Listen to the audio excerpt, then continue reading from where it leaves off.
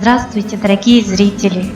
Сегодня у нас в гостях правнучка героя Советского Союза Степанова Николая Саввича, Маргарита Николаева. Здравствуйте, дорогие участники мероприятия «Родина помнит героев», посвященного дню рождения героя Советского Союза Николая Саввича Степанова. Николай Саввич получил это почетное звание за личную смелость в создании плацдарма на берегу реки Южный Буг. Есть такая река в Украине.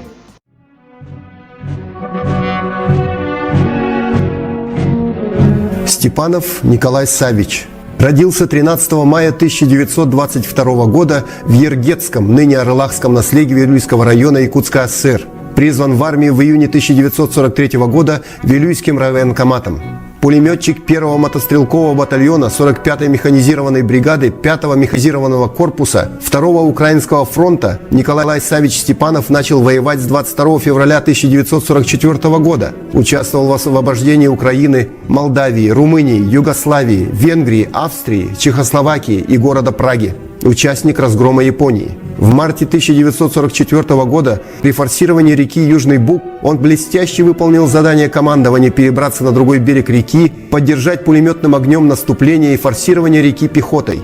Прикрывая огнем переправу и поддерживая успешное наступление пехоты на деревню Маньковку, уничтожил до 15 солдат и 1 пулеметный расчет противника. За этот подвиг был представлен к званию Героя Советского Союза, которое присвоено было 5 мая 1990 года.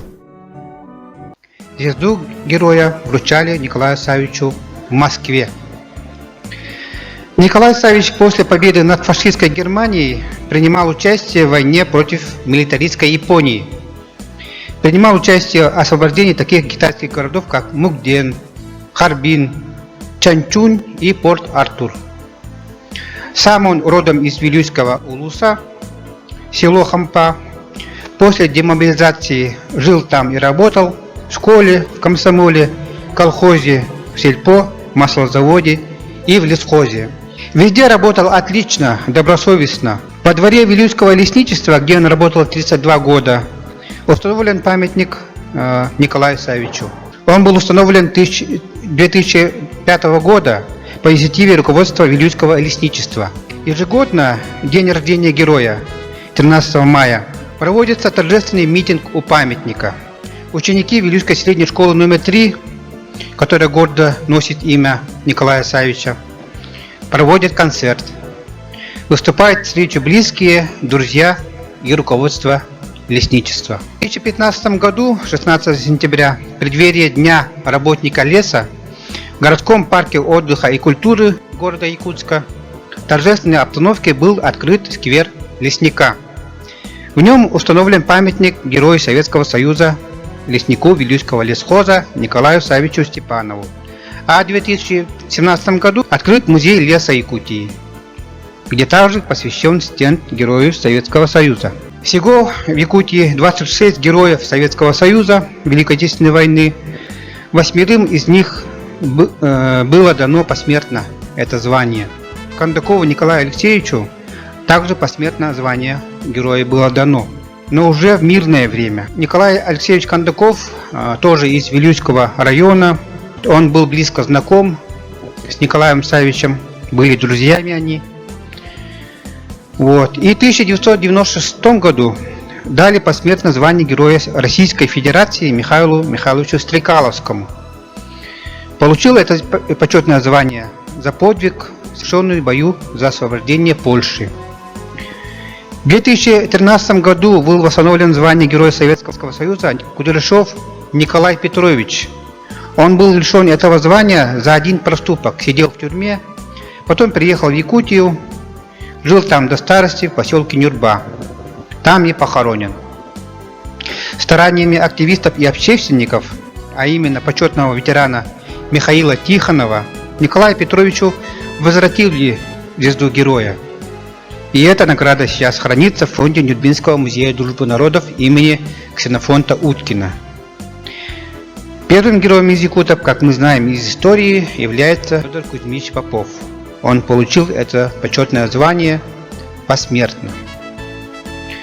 А теперь позвольте дать слово правнучке Николая Савича Маргарите Николаевой.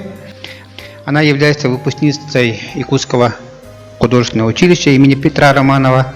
Прекрасно рисует. А это она нарисовала деда. Очень похоже.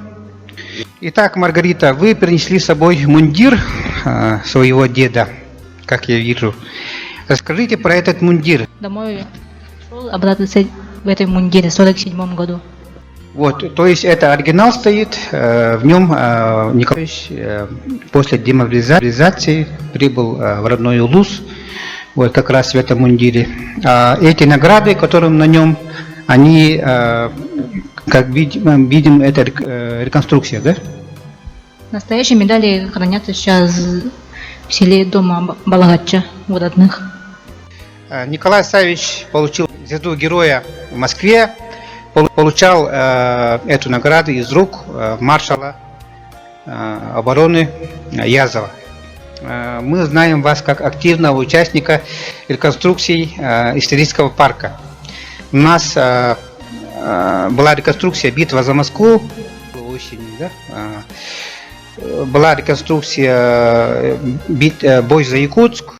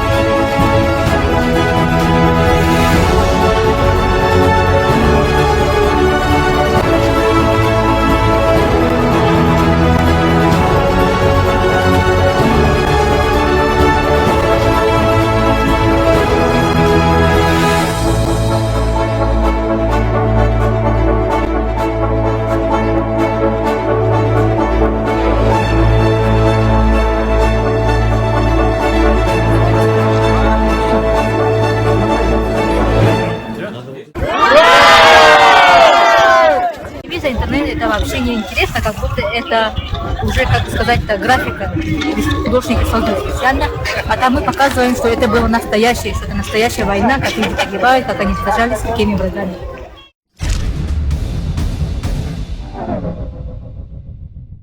Вообще девушек принимают активно такое участие в реконструкциях?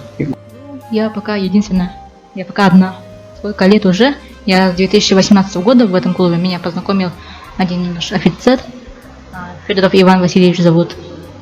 И вот я с ним познакомилась, и он знал, что я занимаюсь военным делом, и вот он меня пригласил в ДОСААФ России. И вот сразу меня приняли в клуб. Видимо, вы очень похожи на прадеда. Расскажите о нем, как о нем рассказывали, какой он был человек и вообще. Ну, он был немножко, как это, грубым, как говорят сказать, грубым, острым человеком.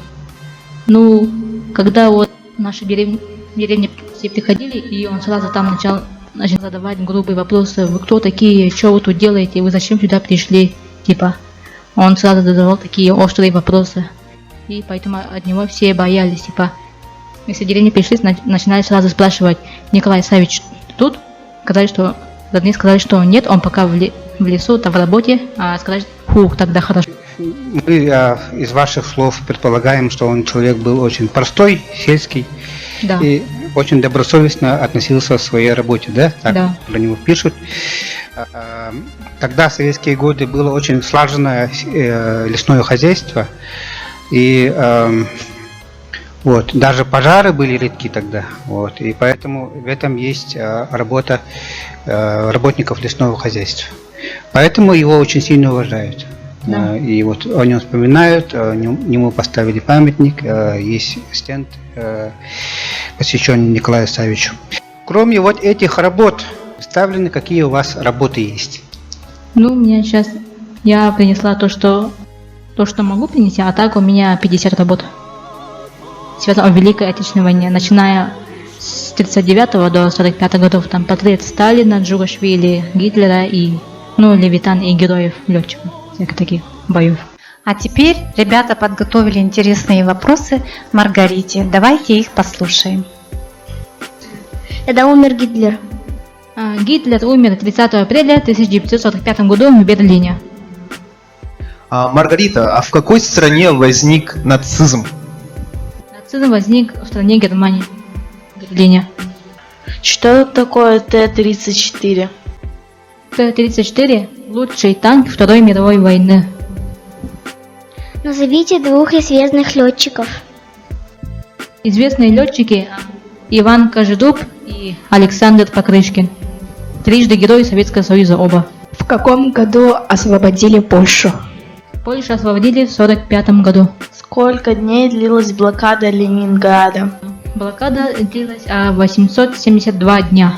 Как мы видим, Маргарита не только является участником клуба исторической реконструкции «Красный Восход», но она и прекрасно знает историю.